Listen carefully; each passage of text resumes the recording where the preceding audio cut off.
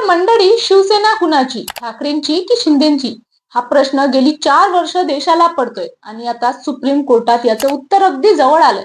नमस्कार, मी सपना आणि तुम्ही पाहताय बातमी. चॅनलला सबस्क्राईब नसेल केलेलं तर मित्रांनो नक्की करून घ्या. आणि मित्रांनो, फेब्रुवारी पासून युट्यूबचे काही नियम बदलणार आहेत, तर सर्व क्रिएटर्सला वेळेवर योग्य अपडेट्स, टिप्स आणि महत्त्वाची माहिती मिळावी म्हणून आम्ही टेलिग्राम कम्युनिटी सुरू केली आहे आणि ती जॉईन करण्यासाठी डिस्क्रिप्शन बॉक्स मध्ये लिंक दिली आहे, तर नक्की जॉईन करा. चला तर बातमीला सुरुवात करूया.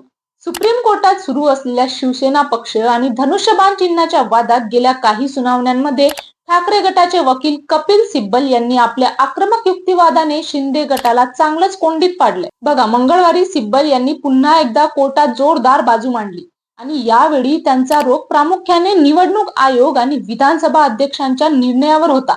सिब्बल यांनी युक्तिवादाची सुरुवात आमदार अपात्रतेच्या मुद्द्यापासून केली. त्यांचं म्हणणं होतं की पक्षात फूट पडली म्हणून कुणालाही अपात्रतेपासून आपोआप संरक्षण मिळत नाही. पक्षांतर बंदी कायद्यासाठी असलेल्या 10व्या परिशिष्टात मूळ पक्षातून बाहेर पडलेल्या गटाला आम्हीच खरा पक्ष असा दावा करण्याची तरतूदच नाही, असं सांगत सिब्बल यांनी शिंदे गटाचे आमदार कायद्यानुसार कसे अपात्र ठरतात हे पुन्हा एकदा अधोरेखित करून दिलं. तसंच मूळ पक्ष कोण हे ठरवण्याचा अधिकार निवडणूक आयोगाकडे असला तरी तो निर्णय आमदार अपात्रतेचा निकाल लागल्यानंतरच घ्यायला हवा होता, असा मुद्दाही त्यांनी उपस्थित केला. पुढे सिब्बल यांनी थेट विधानसभा अध्यक्ष राहुल नर्वेकर यांच्या निर्णयावर हल्लाबोल केला. अध्यक्षांनी बहुसंख्य आमदार म्हणजेच मूळ पक्ष असा चुकीचा निष्कर्ष काढून आपल्या अधिकारांचा गैरवापर केल्याचा आरोप त्यांनी केला. सुभाष देसाई खटल्याचा हवाला देत सिब्बल यांनी विचारलं की कोर्टाने आधीच सर्व मुद्दे स्पष्ट केलेले असताना अध्यक्षांनी 2018 ची पक्षाची घटना बाजूला ठेवून 1999 ची घटना का गृहीत धरली. विशेष म्हणजे शिंदे गटाने कधीही 1999 ची घटना अस्तित्वात असल्याचा दावाच केला नव्हता. हे लक्षात आणून देत सिब्बल यांनी अध्यक्षांच्या भूमिकेतला विरोधाभास स्पष्ट केला.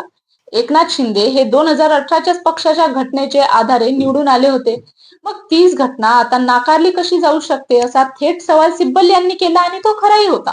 तसंच 21 जूनला पक्षात बहुमताचा कोणताही वाद अस्तित्वातच नव्हता. तो दावा शिंदे गटाने तब्बल महिन्याभरानंतर 19 जुलैला केला.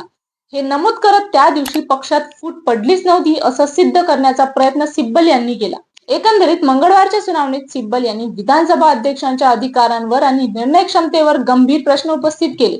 आता बुधवारी सिब्बल पुन्हा युक्तिवाद करणार असून कोर्ट यावर काय भूमिका घेत याकडे सर्वांचं लक्ष लागलंय. तुम्हाला हा युक्तिवाद कसा वाटला कमेंट सेक्शन मध्ये नक्की सांगा आणि अशाच अपडेटसाठी बातमी चॅनलला सबस्क्राईब करायला विसरू नका. धन्यवाद.